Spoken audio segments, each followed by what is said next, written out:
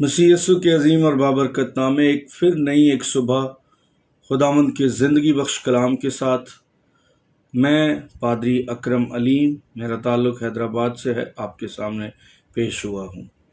अजीज़ों, दोस्तों और साथियों, मैं आज आपको थस्सलुनीकियों के मुतल्लिक़ चंद आयतों से आगाह करना चाहता हूँ ताकि मैं और आप इस कलाम मुक़द्दस की खूबसूरत बातों से सीख सकें।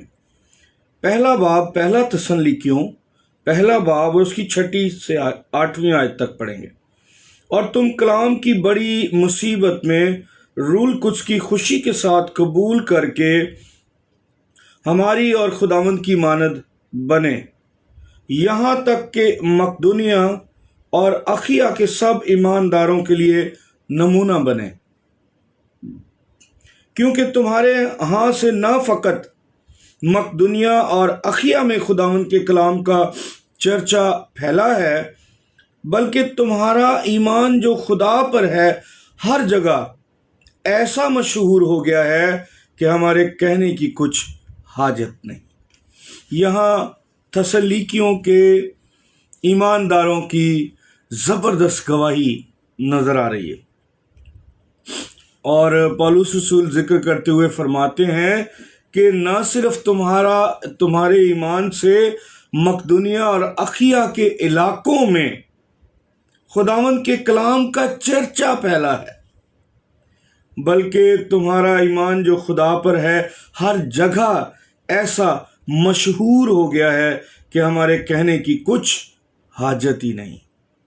ज़रा देखें तो किस कदर ज़बरदस्त गवाही है, किस कदर कीमती गवाही है, किस कदर आला गवाही है। ईमान की गवाही, उनके उस ईमान की जो उन्होंने खुदावंद यीशु मसीह पर लाए थे। अब मैं और आप अपनी ज़िंदगी को देखें, हमारे ईमान का चर्चा क्या है? हमारे ईमान की वजह से दूसरों की ज़िंदगियों में क्या कोई गवाही कायम हुई है? या ऐसा तो नहीं है कि हमारे ईमान पर सवालिया निशान है, हमारे ईमान पर लोग उंगलियां उठा रहे हैं, हमारे ईमान पर लोग सवाल उठा रहे हैं। ये कैसा ईमानदार है, ये कैसी ईमानदार है जो कभी गालियां बकती है, कभी ईमानदारी इख्तियार कर लेती है, कभी ये करप्शन कर लेता है, चोरी कर लेता है, बेईमानी कर लेता है, और कभी ईमानदार हो जाता है। हमारी गवाही कैसी है? क्या हमारे ईमान की बदौलत मकदूनिया और अखिया यानी कुछ इलाकों में कोई चर्चा फैला है? जैसे कई दफ़ा आजकल हम ईमानदारों की नई नई स्टोरियां और गवाहियां सुन रहे हैं लोगों से, और उनके ईमान की तारीफ के बजाय उनके ईमान पर लोग सवालिया निशान उठाते हैं। बहुत सारे लोग इस पर्दे में ज़िंदगी गुजारते हैं, वो जी अगर आप खिदमत करेंगे तो लोग आपकी मुखालफत करेंगे। हाँ, ये दुरुस्त है कि अगर आप सच्चाई से खिदमत करेंगे तो आपकी मुखालफत होगी, लेकिन अगर आप 2 नंबरी की खिदमत करेंगे तो आपकी मुखालफत नहीं होगी। आप सारे माशरे की चमचागिरी शुरू कर देंगे तो आपकी मुखालफत नहीं होगी। आप हर घर में जाकर चमचागिरी का काम शुरू कर देंगे तो नहीं होगी मुखालफत। मुखालफत के 2 पहलू हैं, एक तो सच्चाई पर चलने की वजह से मुखालफत होती है और उस मुखालफत का पैटर्न ही और होता है। लेकिन जब आप पर मुखालफत ये हो कि आपने करप्शन की है, आपने गलत बयानियां की हैं, आपने किसी का नाहक खा लिया है, तो ये चीज़ें ईमान के ज़िम्रे में नहीं आती कि आप ईमान की वजह से दुख उठा रहे हैं, बल्कि आप अपने करतूतों की वजह से इल्ज़ाम उठा रहे हैं।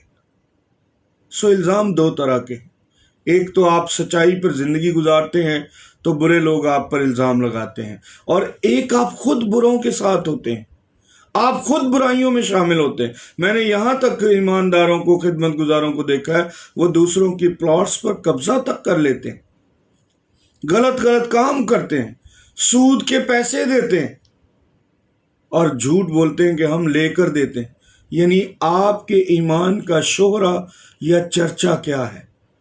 क्या आप भी थस्सलुनीकियों की तरह, मैं भी थस्सलुनीकियों की तरह अच्छा ईमानदार बन सकते हैं?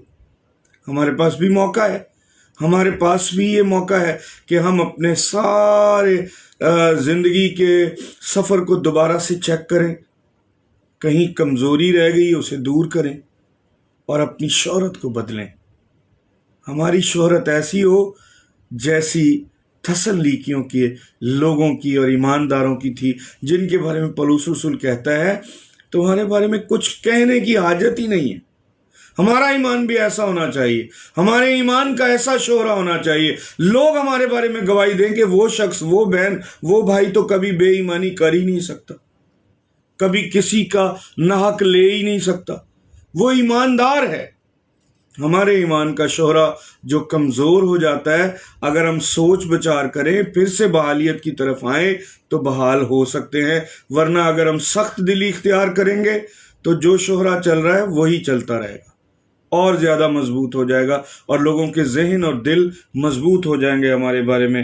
پولس رسول نے یہاں بہت اچھی مثال دی ہے، مجھے اور آپ کو بھی سوچنا چاہیے کہ ہمارا ایمان مقدونیہ اور اخیا کے لوگوں تک پہنچا ہے، ہماری شہرت پہنچی ہے، ہمارے ایمان کی وجہ سے وہاں کوئی تبدیلی آئی ہے، یا ہمارے ایمان کی وجہ سے لوگ دکھ کرتے ہیں کہ یہ کیسے ایماندار ہیں جو دوسروں کا حق کھا جاتے ہیں۔